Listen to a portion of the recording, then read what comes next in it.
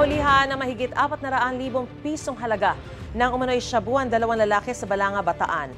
Mahigit 5 milyong pisong halaga naman ng hinihinalang shabu rin ang nakumpiska sa buy-bust operation sa Siniloan, Laguna. Narito po ang unang balita. Sa Barangay Wawa sa Siniloan, Laguna, Inaaresto ko sa kasong paglabag sa RA 9165. arestado ang isang lalaking nagbebenta umano ng ilegal na droga.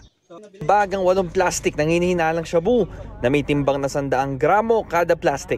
Tinatayang nasa 5.5 million pesos ang kabuuang halaga ng droga. Aminado ang suspect na may nakuha sa kanyang ilegal na droga. Di raw niya kilala ang supplier dahil nag-usap lang daw sila online at iniwan lang ang droga sa napagkasunduan nilang lugar. Nakumpiska rin sa suspect ang isang cellphone at notebook. Patuloy pa itong iniimbestigahan ng pulisya. 2 lalaki naman ang arestado sa anti-drug operation ng pulisya sa Barangay Kupang North sa Balanga. Nakuha sa kanila ang 60 gramo ng hinihinalang shabu na may halagang mahigit 400,000 piso. Inihahanda ng mga reklamo laban sa kanila. Walang pahayag ang mga suspect. Ito ang unang balita, Bam Alegre para sa GMA Integrated News.